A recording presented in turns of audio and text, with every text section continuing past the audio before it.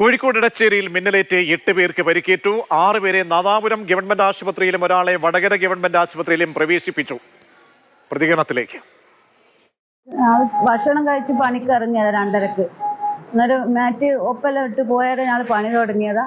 അന്നേരം കുറച്ച് ചെറുങ്ങനെ മഴ ഉണ്ടായിരുന്നു. അന്നേരം ഇടിയൊന്നും ഇല്ലായിരുന്നു. പിന്നെ പെട്ടെന്ന് മിന്നലൊന്നും ഇല്ലാണ്ട് ഇടി വന്ന് ഇപ്പോൾ അവിടെ എല്ലാവരും ഇങ്ങനെ നിരങ്ങിപ്പോയിന് വീണിട്ട്. എനിക്കൊന്നും എണീക്കാൻ തീരെ കഴിഞ്ഞിട്ട് ഞാനിങ്ങനെ പടക്കുന്ന കണ്ടെത്തുന്നു.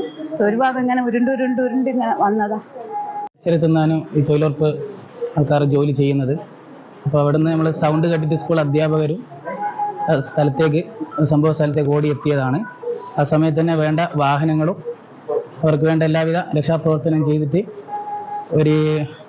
കുറച്ച് ആൾക്കാരെ നാദാപുരം ഗവൺമെന്റിലേക്കും അതേപോലെ ഒരാളെ കുറച്ച് സ്ഥിതി ഗുരുതരമായതുകൊണ്ട് പുറക്കാട്ട് രാശിയിൽ നിന്നും വടകര സഹകരണയിലേക്ക് മാറ്റിയിട്ടുണ്ട്. രാഹുൽ കെ വി ചേരുന്നുണ്ട്. രാഹുൽ, എപ്പോഴായിരുന്നു സംഭവം? പരിക്കേറ്റവരുടെ ആരോഗ്യനില?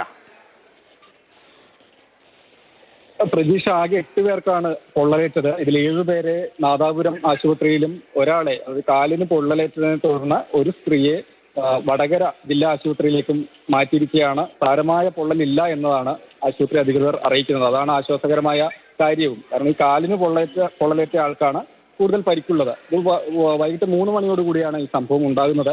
തൊഴിലുറപ്പ് ജോലിയിൽ ഏർപ്പെട്ടിരിക്കുന്ന ആളുകളായിരുന്നു. 20-ലധികം ആളുകൾ ജോലിക്കായി ഉണ്ടായിരുന്നു. എടച്ചേരി 8-ാം വാർഡിലാണ് ഈ സംഭവം. പെട്ടെന്ന് ഇടിമിന്നൽ ഉണ്ടാവുകയും ഇവർ 8 പേരും നിലത്ത് വീണുപോയി എന്നതാണ് അവർ പറയുന്നത്. അങ്ങനെ പരിക്കേറ്റു. ഒരാളുടെ സാരി കത്തിപ്പോയി. അതായത് സാരിക്ക് തീ പിടിക്കുന്ന ഒരു സാഹചര്യവും ഉണ്ടായി. വളരെ പെട്ടെന്ന് തന്നെ ആളുകൾ ഓടിയെത്തി ഇവരെ ആശുപത്രിയിലേക്ക് മാറ്റുകയാണ് ഉണ്ടായത്. ഞാൻ പറഞ്ഞതുപോലെ 8-ൽ ഒരാൾക്ക് കാലിന് പൊള്ളലുണ്ട്. അവരെയാണ് വടകര ആശുപത്രിയിൽ പ്രവേശിപ്പിച്ചിട്ടുള്ളത്. തുലാമഴയാണ്. മഴയ്ക്ക് അകമ്പടിയായി ഇടിയും മിന്നലും, ശക്തമായ ഇടിയും മിന്നലും തന്നെ ഉണ്ടാകുന്നുണ്ട്. അങ്ങനെ ജോലിയിൽ ഏർപ്പെട്ടിരുന്ന 8 പേർക്കാണ് ഇപ്പോൾ പരിക്കേറ്റിട്ടുള്ളത്. ശരി.